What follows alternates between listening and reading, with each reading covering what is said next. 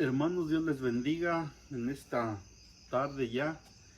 Esperamos que en el Señor Jesucristo todos se encuentren bien en sus hogares. Les invito en esta tarde a la escuela dominical. Ahora vamos a estar estudiando el estudio número 8 y estamos en nuestro tema trimestral, el carácter cristiano ideal. En esta hora vamos a hacer una oración para que sea de bendición la palabra de Dios a nuestras vidas. Padre, te damos gracias, bendito Dios, por este día que tú nos permites, Señor, aprender de ti, Señor, en tu palabra. Te agradecemos por ella y por todo lo que ella se hace realidad, Señor, en nuestras vidas. Nos ayuda, Señor, nos instruye. Nos ayuda en todo momento, Padre. Sé tú, Señor, bendiciendo cada hogar, bendiciendo cada hermano, Señor, para que sea de bendición, Señor, los consejos de tu palabra en nuestras vidas, Señor. En el nombre de Cristo Jesús, Padre, si hay alguien, Señor, que esté enfermo, sé tú sanándole, Señor, al oír tu palabra, Señor. Sé tú animando aún a aquellos que están, Señor, mi Dios, que están desanimados, Padre Santo. Solamente tú sabes las necesidades que hay en los hogares, Padre. En el nombre de Cristo Jesús te pidemos estas cosas y sé tu Espíritu Santo ayudándonos, Señor. Llevándonos, Señor, en tu palabra, Padre Santo, que sea, Señor, de bendición para nuestras vidas y podamos recibirla, Señor. En el nombre de Cristo Jesús, amén. Hermanos, estamos en este estudio bíblico número 8 y se titula La necesidad de un carácter dócil. Como siempre tenemos nuestros tres objetivos. El primero es comprender la enseñanza bíblica sobre un carácter dócil. El segundo es asumir la disposición de recibir instrucción para mejorar el servicio cristiano. Si nosotros tomamos en cuenta este segundo objetivo, ese es lo principal de esta lección. El tercero es modelar la conducta que corresponde a un obrero de Cristo. Y nuestro pensamiento central nos dice: todo el que sirve a Cristo debe tener la mansedumbre de recibir corrección a fin que su trabajo en la obra llegue a ser muy fructífero. Nuestro texto aéreo nos dice: y comenzó a hablar con denuedo en la sinagoga, pero cuando le oyeron Priscila y Aquila, le tomaron aparte y le expusieron más excelentemente el camino de Dios. Hechos 18, 26. En este estudio bíblico número 8 vamos a estar viendo la vida de Apolos y la vida de Pedro también, y de aquellos que estuvieron con Pedro también, que en esta ocasión pues fue necesaria una corrección de parte del apóstol Pablo. Y aquí pues Priscila y Aquila también fue necesaria que le ayudaran a Apolos más correctamente en el camino del Señor. Vamos a leer la lectura antifonal.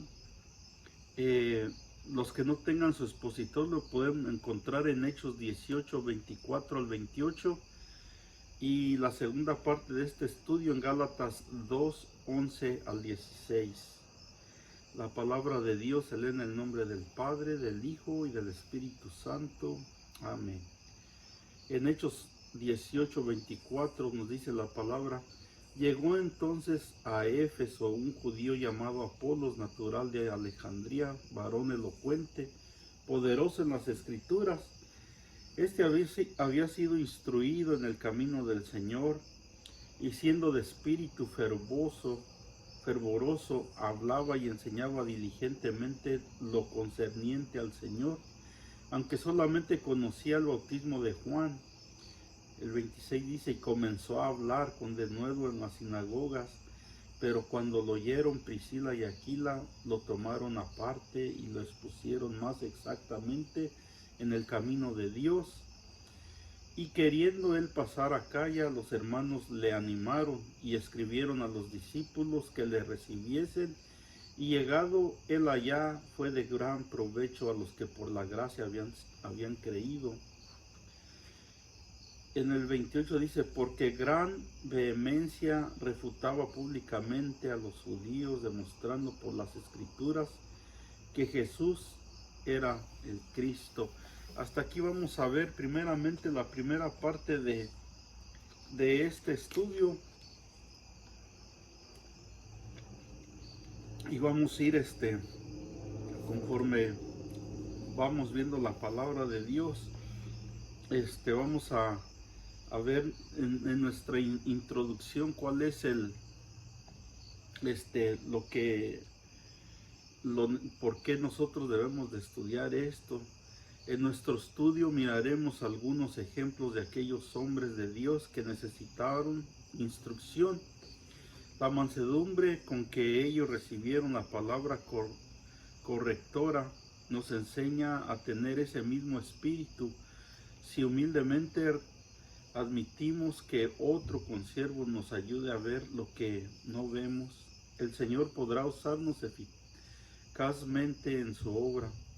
También trataremos la doctrina de la salvación por la fe, así como Pedro falló al portarse de una manera ante los gentiles y de otra ante los líderes judíos.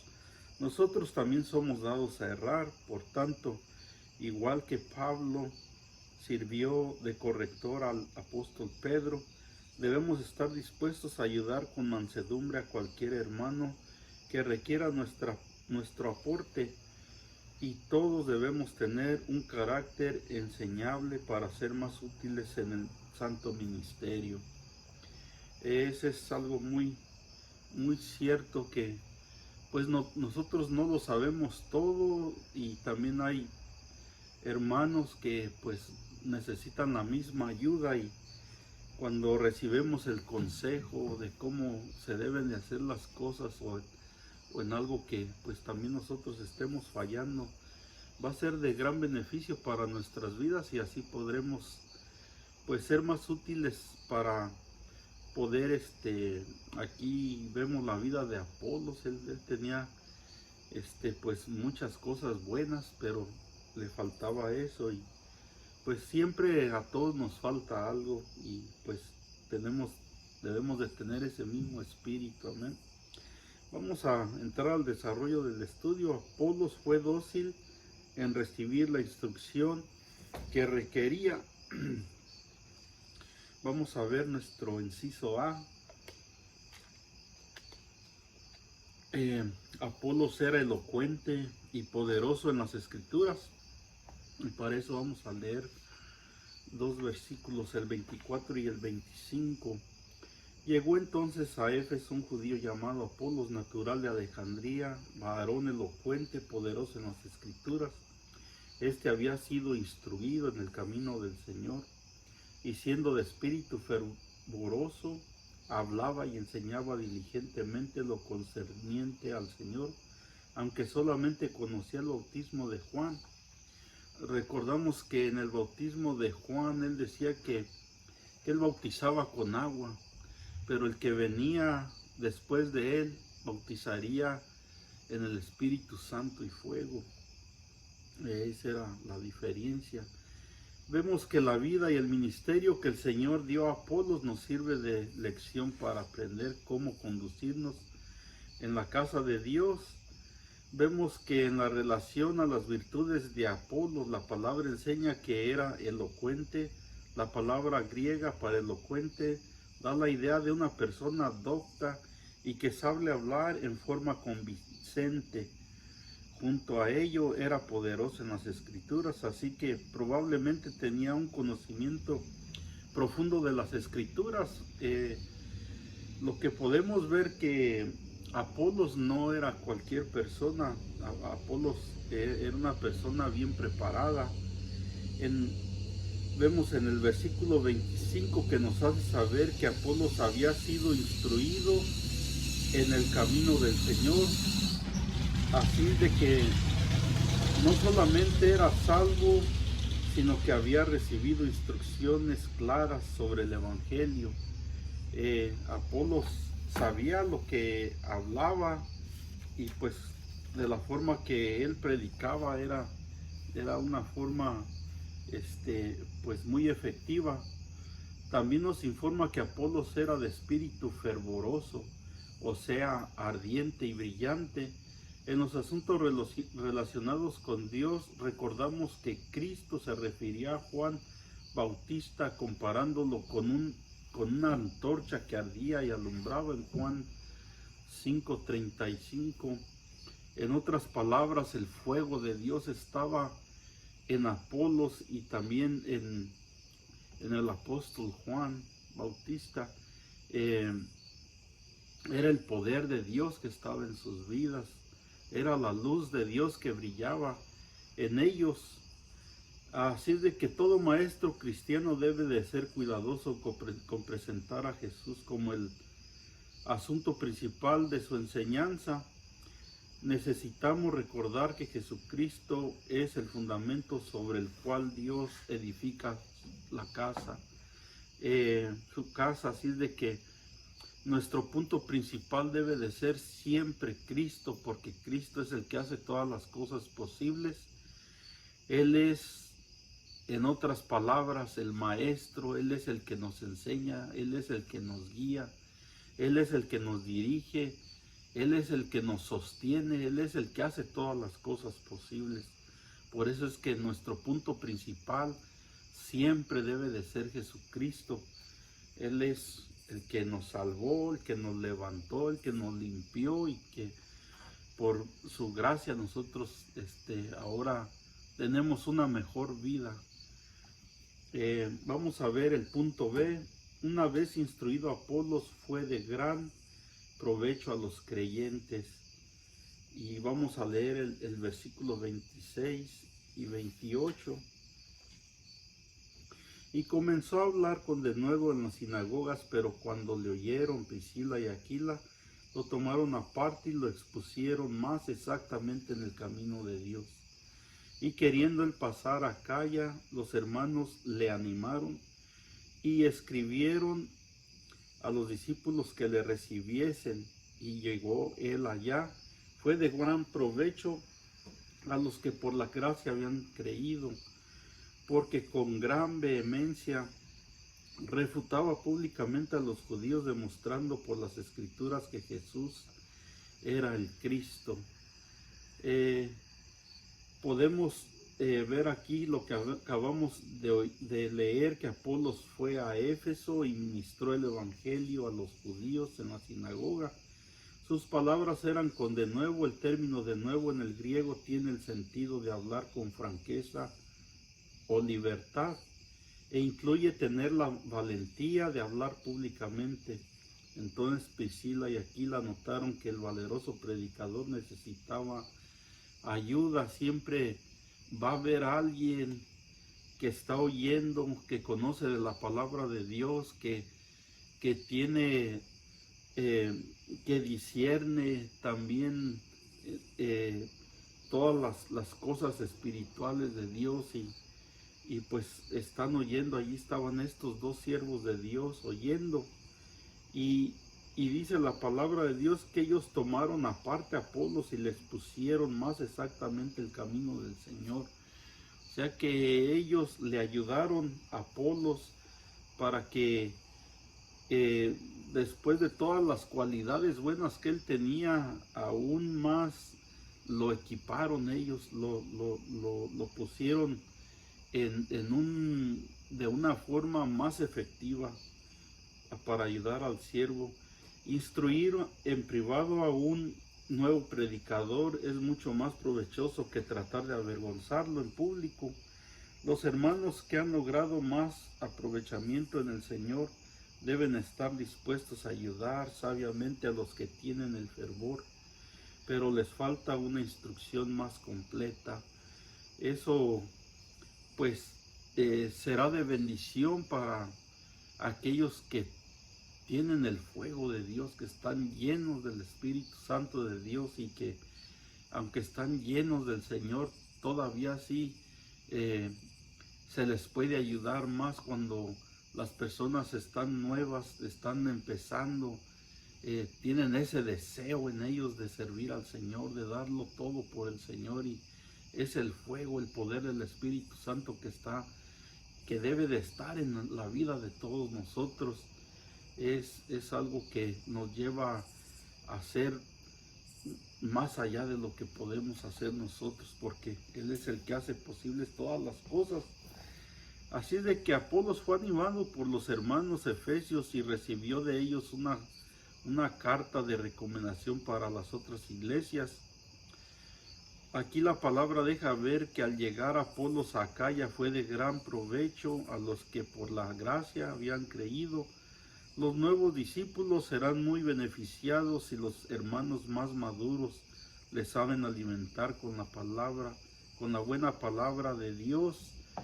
Y es que todo el que está nuevo es como una esponja que está absorbiendo, como un bebé cuando está comenzando a aprender las cosas, a caminar, a comer, a jugar, a hacer todo lo que un bebé hace. Así también hay los nuevos se consideran como bebés espirituales, absorben todo, admiran lo que los siervos de Dios hacen y quieren imitarlos, quieren hacer lo que ven. Y pues cuando hay alguien que los guíe por el buen camino, en la buena enseñanza del Señor, ellos también llegan a ser siervos grandes del Señor. Por tanto, al llegar a Acaya, refutaba públicamente a los judíos, demostrando por las escrituras que Jesús era el Cristo.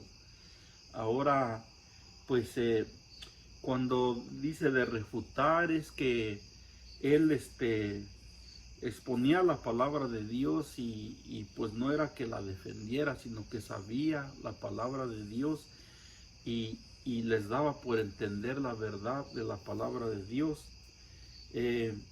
Los judíos, maestros e intérpretes de la ley, escribas y fariseos que estudiaban las escrituras, pero sus ojos estaban vendados y no podían ver las abundantes referencias del Antiguo Testamento respecto a Cristo, mas Apolos usaba esas mismas escrituras para demostrar por ellas que Jesucristo era el Hijo de Dios. En esto era en lo que él refutaba, que era la misma palabra de Dios en el Antiguo Testamento, pero que aquellos que no habían recibido a Cristo en sus vidas, no habían nacido de nuevo, no tenían revelación de la palabra. Apolos tenía la revelación de la palabra y ellos estaban cegados porque aunque estudiaban las escrituras, no podían ver, estaban vendados sus ojos. Era necesario recibir a Cristo en su vida para que sus ojos fuesen abiertos y fuesen nacidos de nuevo y así poder entender la revelación de la palabra. Nosotros debemos de estar bien agradecidos con Dios por la salvación tan grande que Él nos ha dado y por que ahora abremos nuestra Biblia, abremos nuestros libros de estudio y en todo podemos ver que allí está Dios, que allí estuvo nuestro Señor Jesucristo, que todo era sombra de lo que había de venir y ahora nosotros lo tenemos, lo vemos, lo palpamos, lo vivimos y pues debemos de estar bien agradecidos. Hasta aquí vemos que Apolos fue de bendición cuando recibió la corrección, la instrucción de aquellos dos siervos. Ahora vamos a pasar en el segundo punto de nuestra lección. El apóstol Pedro necesitó corrección en su trabajo en Antioquía. Y vamos a ver el punto A. Pedro tuvo una actitud condenable cuando visitó Antioquía. Estamos hablando de Pedro y no es que Pedro estuviera nuevo en esto, sino que pues nadie estamos exentos en cometer errores. Vemos que aquí vamos a estudiar algo que aconteció y pues que hubo, gracias a Dios, que estuvo ahí Pablo para corregirlo, porque pues ahora en estos días es lo que se necesita, siervos de Dios que sepan hablar con aquellos que están por los caminos cerrados, ya van desviados y van enseñando cosas que pues realmente no están en las escrituras y pues eso, en vez de ayudar al mundo que está perdido, lo confunde más. Y es por eso que se batalla a veces bastante al hablarle a personas que ya han recibido una enseñanza errónea. Vamos a ver en este segundo punto. Vamos a leer el versículo 11 y 12 de nuestro expositor, que es en Gálatas 2, 11, para quien no tenga su expositor 11 y 12. Pero cuando Pedro vino a Antioquía, le resistí cara a cara, porque era de condenar. Esto lo declara Pablo. Pues antes que viniese algunos de parte de Jacobo, comía con los gentiles, pero después que vinieron se retraía y se apartaba porque tenía miedo de los de la circuncisión. Aquí vemos claramente algo, que el miedo es algo que nos puede llevar a hacer cosas que no debemos de hacer. Aquí vemos que el miedo que tuvo Pedro al ver a los judíos que llegaron a Antioquía, le tomó miedo y eso no es una excusa, pero es algo que nosotros no debemos dejar de pasar por apercibido, que el miedo no debe de estar ya en nosotros. Por eso es que dice la palabra que Dios nos ha dado un espíritu de amor, de poder, de amor y de dominio propio. Así de que ya no más temor. En el versículo 11, Pedro se encuentra con Pablo y Bernabé en Antioquía de Siria.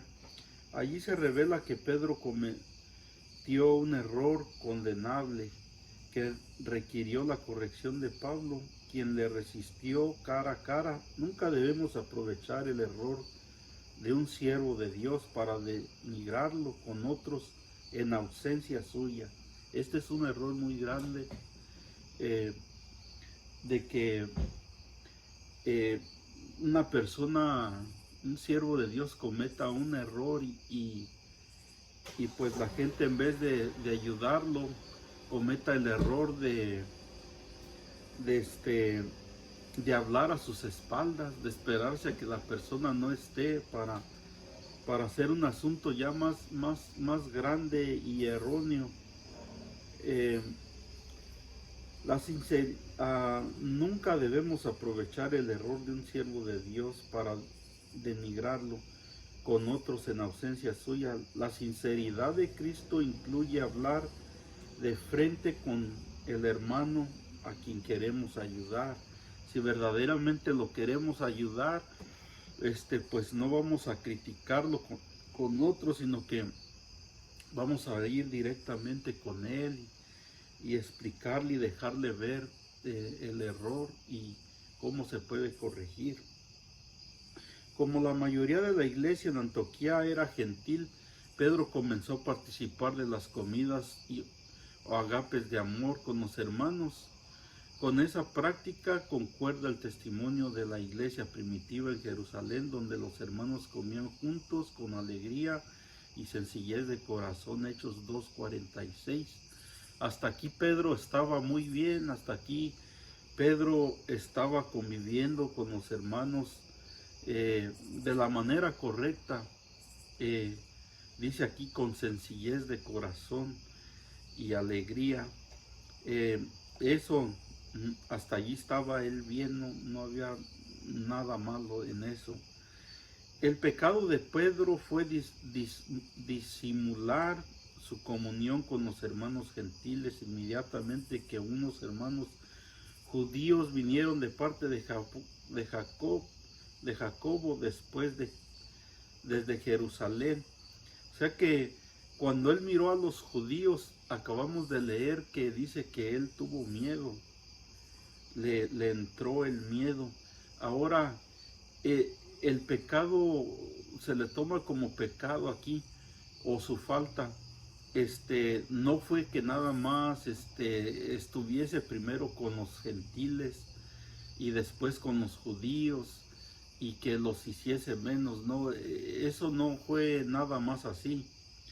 Aquí vamos a ver, unos judíos de Jerusalén habían visitado a los hermanos en Antioquía para exigirles que tenían que guardar la ley para ser salvos. Aquí fue donde entró el error, donde Pablo notó que eso no estaba bien. Pablo participó con ellos, aunque Pedro había hablado en el concilio de Jerusalén sobre cómo los judíos y gentiles eran igualmente salvos por la gracia de Cristo. Aquí vemos cómo él mismo se estaba contradiciendo con lo que él ya había declarado en Jerusalén. Aquí el error fue el querer enseñar a los gentiles de aquel lugar a judaizar, a respetar las leyes judías, que por las leyes judías nadie puede ser salvo. Eso solamente era la sombra de lo que había de venir. Y ese fue el error. El error de Pedro dañó también a otros hermanos y obreros cristianos. De aquí se pasa de un error a algo ya más grande, porque todos los que estaban con él también comenzaron a hacer lo mismo. Vamos a leer el versículo 13. Y en su simulación participaban también los otros judíos, de tal manera que aún Bernabé fue también arrastrado por la hipocresía de ellos. Ese fue el error que comenzó y se pasó a los demás. El apóstol Pablo llama simulación aquella actitud engañosa. Por la narrativa de este versículo sabemos que una manera tal de conducirse es contagiosa. Los otros judíos que estaban con Pedro también participaron de aquella hipocresía al ver que el apóstol procedía de tal manera, y eso es lo que acontece en nuestros días, que porque una persona pues tiene mucha experiencia en la palabra, es un siervo de Dios y pues lo usa Dios y todo, pero si esa persona se desvía, también los que vienen detrás de él se van a desviar, pensando, creyendo que él está haciendo la obra del Señor. Y esto pues es algo que a todos nosotros tenemos que poner nuestra parte de tratar de estar primeramente bien con nuestro Señor Jesucristo, con su Espíritu Santo, para que nos guíe a toda justicia y a toda verdad, y no nos deje perder y caer en otras cosas que no son de Dios. Pablo les narra a los creyentes en Galacia que aún Bernabé fue arrastrado por la hipocresía de Pedro y de los demás hermanos judíos. Recordamos que Bernabé era un creyente maduro, quien incluso había presentado a Saulo ante los apóstoles y les contó el milagro de su salvación, Hechos 9:27. Bernabé no era cualquier persona. Bernabé también participó en muchas de las partes que vemos en las escrituras, que él también estuvo en viajes misioneros.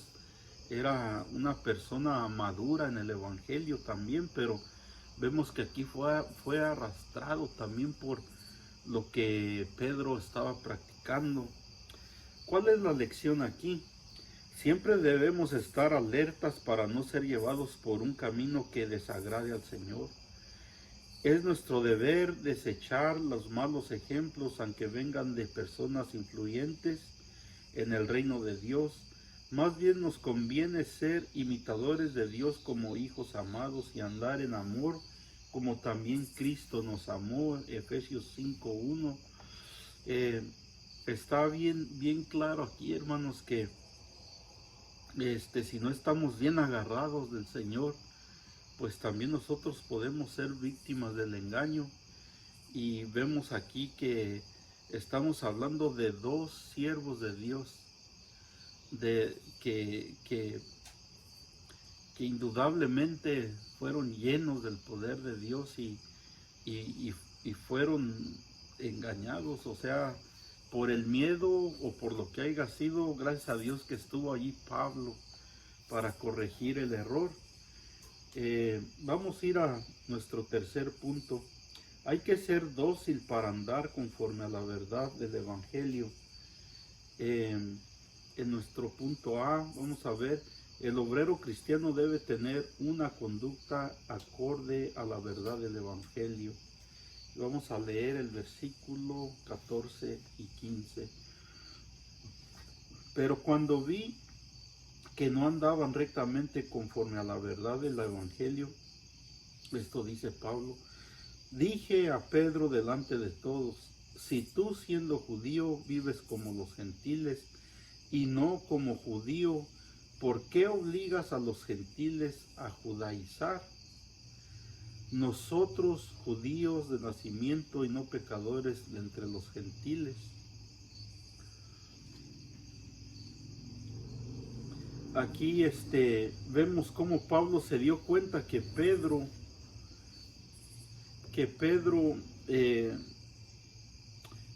y los otros judíos y aún Bernabé no andaban rectamente conforme a la verdad del Evangelio.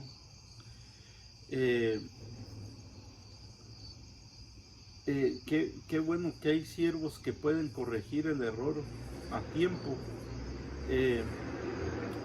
Pablo hizo lo correcto en su proceder con Pedro. En lugar de murmurar a espaldas de aquel apóstol, lo enfrentó ante todos. Este modo público de amonestación de seguro no solo procuraba corregir el desvío del apóstol Pedro, sino dejar una enseñanza clara a los que estaban con él, para que se volvieran de su error, para que se arrepintiesen de lo que estaban haciendo. Las palabras de Pablo a Pedro indicaron que si Pedro era judío pero vivía como gentil, ¿por qué pretendía enseñar a los gentiles a judaizar? La idea es que Pedro podría traspasar las tradiciones judías al comer con los gentiles. ¿Por qué tenían que engañarlos al intentar hacerlos guardar a ellos las tradiciones judías? Si ellos ya habían sido salvos, si ellos conocían ya la verdad, ¿cómo Pedro, por decirlo así, volvió atrás a enseñar lo que no salva? Sabemos que Cristo es el único que salva.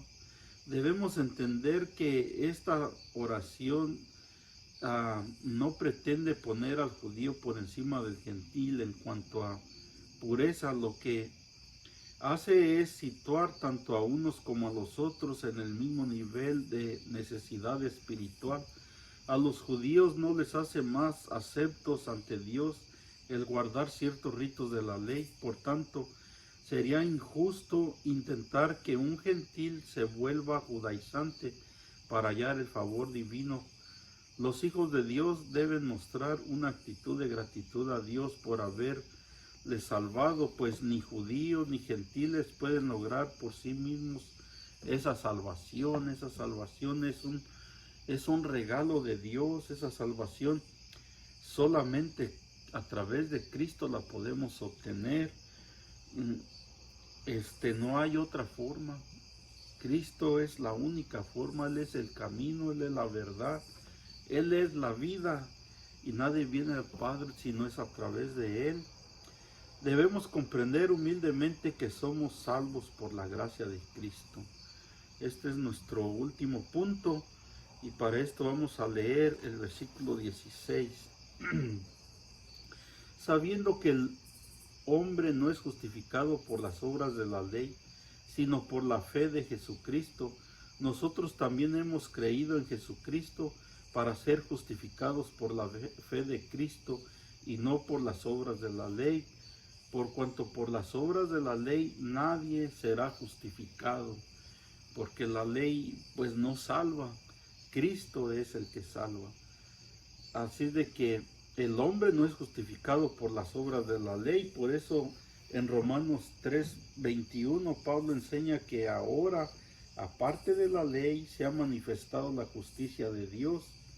Y en el versículo del capítulo 10:3 les deja claro a los hermanos que el fin de la ley es Cristo para salvación a todo aquel que cree, es por fe, no es por obras.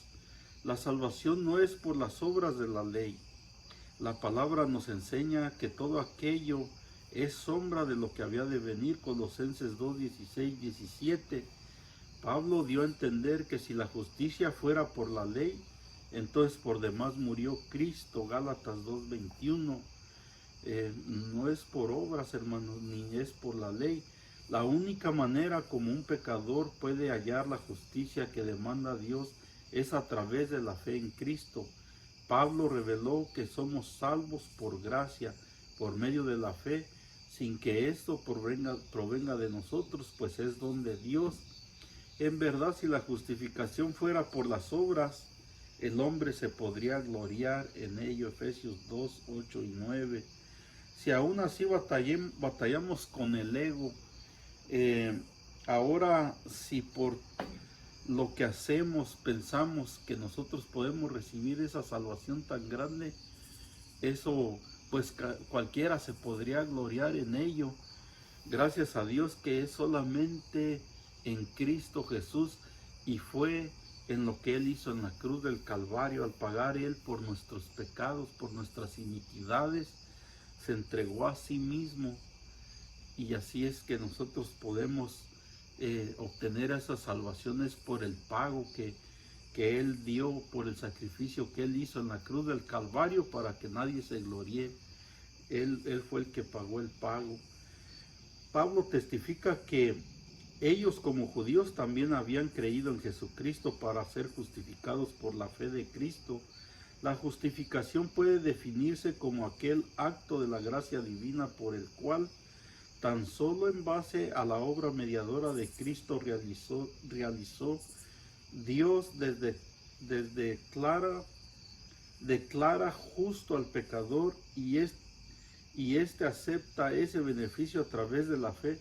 Por tanto, los creyentes debemos tener una actitud de alabanza y una conducta reverente a esta multiforme gracia de Dios. Debemos de ser muy agradecidos porque esta salvación tan grande debemos de darle el valor que se merece. Ese sacrificio costó sangre, ese sacrificio costó dolor para que nosotros la pudiésemos obtener, y le debemos de dar el valor que merece. Así de que la gracia divina no es una licencia para perseverar en el pecado de ninguna manera. Por el contrario, la misma gracia nos enseña a renunciar a la impiedad y a los deseos mundanos para vivir ahora sobria, justa y piadosamente. Eso es lo que nos dice Tito 2:11 y 12. Así es de que no debemos nosotros de tener la gracia como algo que podemos nosotros como doblar las leyes de Dios, o pensar que por la gracia que hemos recibido, la salvación, podemos andar como el mundo. De ninguna manera. La gracia nos ayuda a entender que fue a través de ese sacrificio en la cruz del Calvario, y cuando nosotros entendemos que nosotros si no hubiese pagado el pago Cristo, nosotros no hubiera habido forma de pagarlo. Aún si hubiésemos hecho lo que Cristo hizo, ni eso hubiese sido aceptable delante de Dios. La palabra dice que nuestras obras son como trapos de inmundicia, pero lo que Dios hizo, lo que Cristo hizo, fue un sacrificio con sangre santa. Él no pecó, él no era 100% hombre, pero también era 100% Dios. Así es de que debemos de darle el valor a la gracia que estamos viviendo y no tomarlo como una licencia. Una licencia, al recibirla, es un privilegio. Debemos cuidarla como un privilegio de ser salvos, de tener esta salvación tan grande, que hay tantas personas que desearían tener lo que usted y yo tenemos y tristemente no lo tienen. Así es de que nosotros somos bienaventurados, somos bendecidos por esa gracia inmensa, por ese amor inmenso que Dios tiene hacia nuestras vidas. Hasta aquí concluimos el estudio número 8. Para quien quiera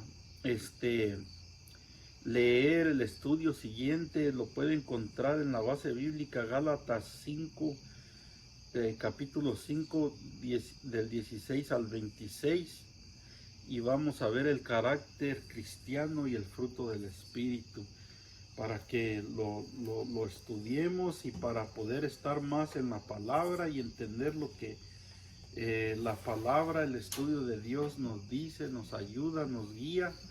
Hermanos, hasta aquí mi parte. Dios bendiga sus hogares, sus familias, sus hijos, sus trabajos y pues todo lo que hagan, hermanos. Dios les bendiga.